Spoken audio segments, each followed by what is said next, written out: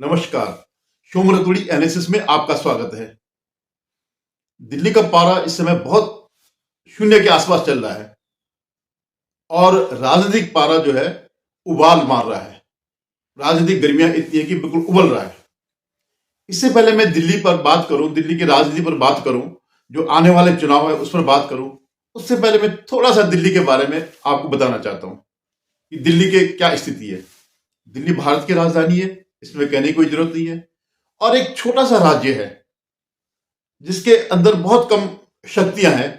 वो एक राज्य है, लेकिन मतलब इसमें कोई पूर्ण अधिकार वाला राज्य नहीं है, यानी इसका अपना कुछ भी नहीं है। न ये पूर्ण राज्य है, न ये म्यूनिसिपलिटी है, अपना किसी मामले में पूर्ण नहीं है। दिल्ली में जो सर्दियां होती है वो हिमाचल से आती हैं, और जो गर्मी होती है वो राजस्थान से आती है। जब राजस्थान तपता है तो दिल्ली तपती है, जब शिमला में बर्फ पड़ती तो दिल्ली ठंडा हो जाता है। इसके जो मुख्यमंत्री हैं वो या तो पंजाब से आते हैं या हरियाणा से आते हैं। अब जैसे 15 साल रही है शीला दीक्षित। शीला दीक्षित का मायका पंजाब था, और ससुराल यूपी थी। वे कांग्रेस के एक बहुत बड़े नेता थे उमा शंकर दीक्षित, उनकी बहू थी ये। उनके बेटे शायद आईएएस थे, और 15 साल से तो आप देख ही रहे हैं वो हरियाणा का बेटा, मैं हरियाणा का बेटा हूं, बेटों ने जो है धक्के मार दिए। तो वो अभी फिलहाल यही का बेटा चल रहा जो है केजरीवाल। तो 15 और 10 25 15 और 11 26 साल तो ये हो गए। तो ये इनका बाहर का है। और जो पॉल्यूशन है दिल्ली का, वो जो इनके हिसाब से पंजाब की पराली, हरियाणा की पराली, यूपी की पराली, एक कारण ये है, ये तो यहां से आयातित होते हैं।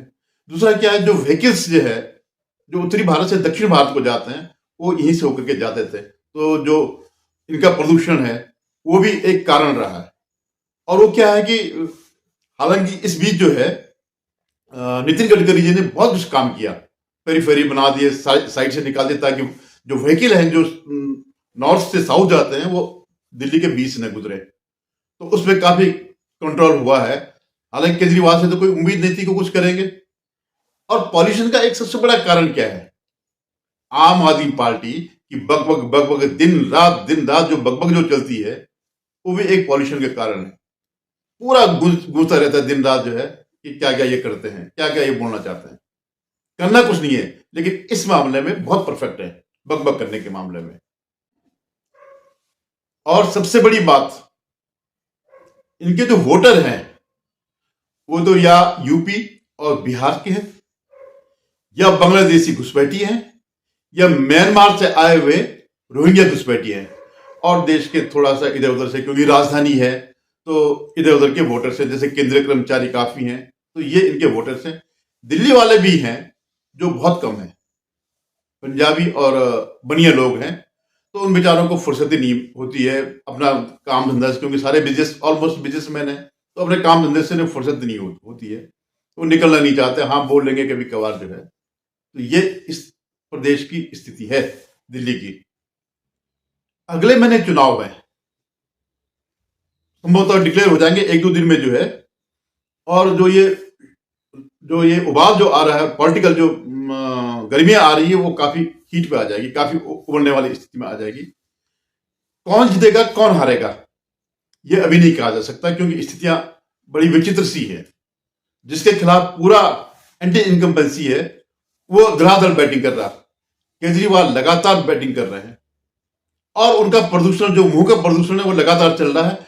और चुनाव के बाद भी यही होगा, वो जीते या हारे, जो आजकल हो रहा वो उसके बाद ही होगा। जो उन्होंने दिन रात बकबक जो चल रही है वो उसके बाद भी चलेगी, क्योंकि काम तो करना नहीं है, जो कुछ करना है सिर्फ बोलना बोलना और बोलना ही है। तो क्या है, केजरीवाल धड़ाधड़ बैटिंग किए जा रहे हैं, और बीजेपी और कांग्रेस उसकी पिच पर खेल रहे हैं, उसकी पिच पर जो है बॉलिंग कर रहे हैं। वो बॉलिंग कर रहे हैं, वो धड़ा से छक्के मारे जा रहा है। इनकी समझ में नहीं आ रहा हम करें तो करें क्या। अब केजरीवाल का तो एक गुण है, झूठ बोलने में वो और उनकी पार्टी का कोई सानी नहीं है दुनिया में, जो मर्जी आए झूठ बोल लो। तो ये स्थिति ये है कि, और दूसरी बात क्या है कि न कांग्रेस और न बीजेपी अभी तक कोई सामने किसी प्रत्याशी को लाए हैं जो कैंडिडेट होगा सीएम का कैंडिडेट। हालांकि कांग्रेस ने जो है, कांग्रेस में स्वतः मतलब कैंडिडेट घोषित नहीं किया गया, लेकिन संदीप दीक्षित और अजय माकन ने कमान संभाली है कांग्रेस की। जो कांग्रेस, अब देखिए कांग्रेस की स्थिति क्या है। कांग्रेस ने अपनी जमीन जो है लीज में दी थी, इसको केजरीवाल को या आम आदमी पार्टी को लीज में दी थी और उन्होंने उस पर कब्जा कर लिया।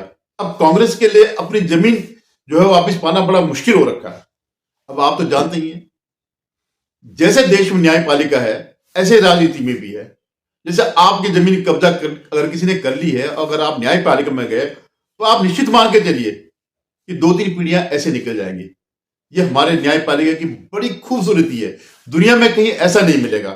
अगर आपको किसी को कुछ करना है, किसी का साथ किसी के लिए बुरा करना है, तो उसको कोर्ट के किसी उसमें फंसा दो, जिंदगी भर वो जो है चक्कर काटता रहेगा। उसके बाद उसका बेटा, उसके बाद नाती पोते, उसके बाद क्या होता भगवान जाने क्या होता। तो जैसे वो न्यायपालिका की स्थिति है, वैसी स्थिति जो है राजनीति में भी है। क्योंकि जो जमीन इन्होंने दे दी है, जिस पर कब्जा जिसने कर दिया है, वो वापस आना बड़ा मुश्किल है। कांग्रेस की पहली बहुत बड़ी खेती थी, आज उस खेती के कई दावेदार हो रखे हैं। अखिलेश दावेदार है, ममता बनर्जी दावेदार है, ये क्या नाम है इसका, शरद पवार दावेदार। हालांकि उनके यहां तो बंजरी हो गए। शरद पवार को तो आपको पता चल ही गया होगा कि उनको तो पूरी खेती पे जो है, जैसे नेहरू जी कहते थे ना कि यहाँ घास में नहीं उगता, कह रहे अपनी खोपड़ी की जो चीन ने जो अक्सर चीन का जो 1962 के बाद जो जमीन उन्होंने जो है कब्जाई थी चीन ने, तो पूछा भाई ये कैसे दे दिया उन्होंने, क्या है, तो बिल्कुल बंजर जमीन है, इसमें तो घास का तिनका नहीं उठता। वैसे स्थिति शरद पवार की भी हो गई है, उनका भी जो है पूरी खेती बंजर हो गई जो इन्होंने इनसे छीनी थी। लेकिन अभी ममता बनर्जी की चल रही है, अखिलेश चल रही है, आरजेडी की चल रही है, और झारखंड मुक्ति मोर्चा वाला शिबू सोरेन का बेटा हेमंत सोरेन की चल रही है। तो ये चल रही है अभी। अब ये जो इनकी जमीन छिन गई वो वापस आनी बड़ी मुश्किल है, और जगह से आ भी जाए, लेकिन केजरीवाल से आना असंभव है। वो जैसा फ्रॉड आदमी, वो जैसा झूठा आदमी, वो जैसे जिसका काम ही सिर्फ झूठ बोलना है, तो वो बेचारे प्रयास कर रहे हैं, संदीप दीक्षित और अजय माकन। लेकिन आपको पता है कांग्रेस पार्टी में इसमें राहुल लगा हुआ है, राहुल नहीं राहुल, हालांकि दोनों का मतलब लगभग एक ही है। पता नहीं कब राहुल गांधी जो है, जो बेचारे आजकल प्रयास कर रहे हैं, उनसे जमीन छीन ले, भैया नहीं कुछ नहीं करना, ये हमारा जो है इंडी अलायंस का दोस्त है, हम इनके खिलाफ नहीं लड़ेंगे। तो जितनी ये मेहनत कर रहे हैं, कुछ भरोसा नहीं है कि इनकी सारी मेहनत जीरो हो जाए। और जो है क्योंकि उनको डर है कि अगर ये चले जाएगा, अगर हम दोनों लड़ेंगे तो बीजेपी सत्ता में आ जाएगी, और बीजेपी सत्ता में नहीं आनी चाहिए, चाहे हम बर्बाद हो जाए। तो ये स्थिति तो कांग्रेस की है। अब बीजेपी की मैं आता हूं बात। बीजेपी जो है किसी जमाने में, जब तक ये महानगर पालिका थी तो इसका वर्चस्व था, तब तक ये जो वोटर्स हैं, बांग्लादेशी वोटर्स और वहां के वोटर्स, म्यांमार के रोहिंग्या, और फिर ये वोटर्स ऐसे हैं कि आज अगर ये 1000 हैं तो 5 साल में 10,000 होने में कोई बहुत बड़ी बात नहीं है। कैसे वो आप सब जानते हैं। एक इनके बाद कई मेथड है। एक तो ये कि एक आ गया सब बुला लिया और भी बुला लिए। तो जब तक सिर्फ पंजाबी और बनिया रहे तब तक बीजेपी का ही वो रहा, वर्चस्व रहा। बीजेपी कांग्रेस का बराबर अगर पंजाबी उस तरफ चले गए तो बनिया इस तरफ आ गए, इस ढंग से था। लेकिन अब जो है, अब बीजेपी की स्थिति बहुत शोचनीय है। हालांकि 7 के 7 सांसद बीजेपी के हैं, लेकिन इनमें से आपको कोई नाम याद है कि कौन है? किसी को नाम याद नहीं होगा, क्योंकि वो जीत जाते हैं पार्टी के नाम पर और मोदी जी के नाम पर। पिछले कई 3 चुनाव से लगातार 7 के 7 जो है बीजेपी के आ रहे हैं, लेकिन ये कहीं धरातल में दिखाई नहीं देते हैं। और आम आदमी पार्टी और दिल्ली को अगर एक्सपोज करना है तो इससे बेहतर कोई पूरे भारत में कोई ऐसी स्टेट नहीं है जहां की इनको एक्सपोज किया जा सकता है। अकेले स्वाति मालीवाल ने इनकी जड़ें उखाड़ दी। सारे इनके पोल जो कुछ ये बोलते हैं, सारी झूठ की पोल खोल दी। लेकिन यहां कुछ नहीं है। यहां केजरीवाल एक बयान दे रहा है, ये उसके जवाब दे रहे हैं। आप क्या कर रहे हैं? आप लाइए ना जमीन से, सारा का सारा झूठ, ना कोई स्कूल है ना कोई मेडिकल वो है, आपने एक प्रेस विज्ञप्ति जारी कर दी, इससे कुछ नहीं होगा। जाओ एक एक करके जाओ, हर जगह पर हर स्पॉट पर जाइए। जैसे मुझे याद है पिछली बार ये लोग गए थे जब, लेकिन अंतिम समय में गए थे इनके स्कूल को दिखाने के लिए कैसे इनके स्कूल है, तो यहां तो कुछ भी नहीं है। क्यों आप उसकी पिच पर जो है बैटिंग कर रहे हैं? जाकर के दिखाइए। और यहां भी अभी कुछ असमंजस की स्थिति में है, नेतृत्व किसको मिलेगा? जो नई पीढ़ी है उसमें से जो मुझे नजर जो आए, इस समय जो मोटे मोटे से जो दिखते हैं बीजेपी में, तो उनमें एक तो है कपिल मिश्रा, दूसरे हैं शहजाद पूनावाला, बांसुरी स्वराज है, सुषमा स्वराज जी की बेटी, काफी मतलब वो है, और प्रवेश वर्मा है, साहब सिंह वर्मा के बेटे। साहब सिंह वर्मा भी यहाँ मुख्यमंत्री रह चुके हैं और बड़े प्रभावशाली रहे हैं। और फिर वहां के लोकल में अगर कहें, जो ये जो दिल्ली का जो पेरीफेरी जो जाटो वाटो का इलाका है, जो खेती और किसानों का है, तो उसमें जो है प्रवेश वर्मा जी का बहुत बड़ा योगदान रहा। तो उनके बेटे हैं, वो साहब सिंह वर्मा का बड़ा योगदान रहा, तो उनके बेटे हैं प्रवेश वर्मा, वो भी अपना लगे हुए हैं काम करने पे। एक रमेश बिधूड़ी भी हैं। अगर आपको रमेश बिधूड़ी जी का याद होगा, ये पहले यहाँ पर सांसद रहे हैं, लेकिन इस बार टिकट नहीं मिला। उसके पीछे कहानी अगर आपको याद होगी क्यों नहीं मिला था, क्योंकि इन्होंने संसद में एक बार वो बहस में उसको बोल दिया था आतंकवादी, या किसको जो है एक मुस्लिम वो था, समाजवादी पार्टी का था या बहुजन समाज, दानिश अली करके, हाँ बीएसपी का सांसद था, तो उन्होंने बोल दिया तुम आतंकवादी हो, और इस ढंग से बोल दिया। तो उस बात लेकर के वो बड़े नाराज हो गए थे हाईकमान, खासकर मोदी जी की, भाई संसद में ये हुआ। तो हालांकि वो अभी भी जो है राजनीति में है, टिकट नहीं मिला, लेकिन राजनीति के तो राजनीति में रह गई। और एक है तजिंदर पाल सिंह बग्गा। अब इसमें से सबसे ज्यादा सक्रिय अगर मुझे कोई नजर आता है तो कपिल मिश्रा है, और रमेश बिधूड़ी का तो अपना होगा ही होगा। तजिंदर पाल सिंह बग्गा और शहजाद पूनेवाला इस सोशल मीडिया में बहुत एक्टिव रहते हैं। इन दोनों का जो है ये हर बात पर जो है वो करते हैं, लेकिन अभी कहीं कोई सक्रिय नहीं दिखाई दे रहा।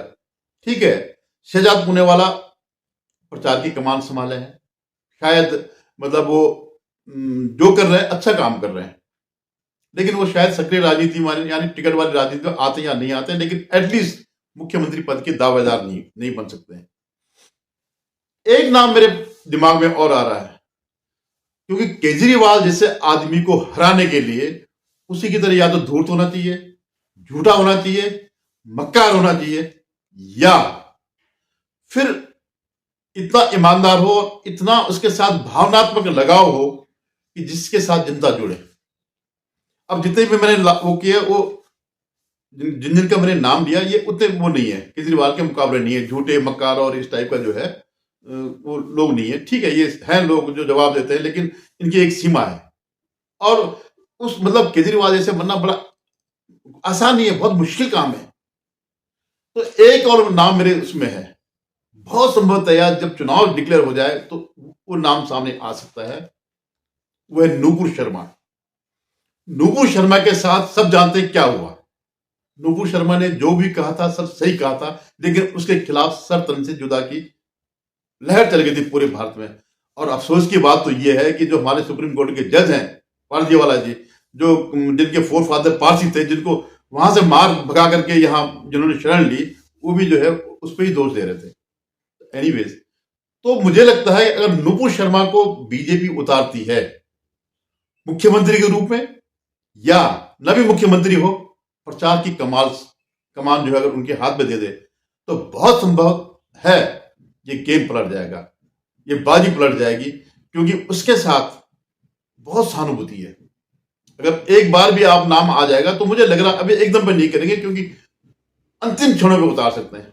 चुनाव और जब टिकट की जब बात होगी तब नूपुर शर्मा सामने आ सकती है। मुख्यमंत्री न भी बने, लेकिन प्रचार कर सकती है। एक बार अगर वो पूरे उसमें घूम जाएंगी तो आप निश्चित मानिए ये पूरी बाजी पलट जाएगी। तो मेरे हिसाब से बीजेपी के पास ये ट्रम्प कार्ड है। धन्यवाद।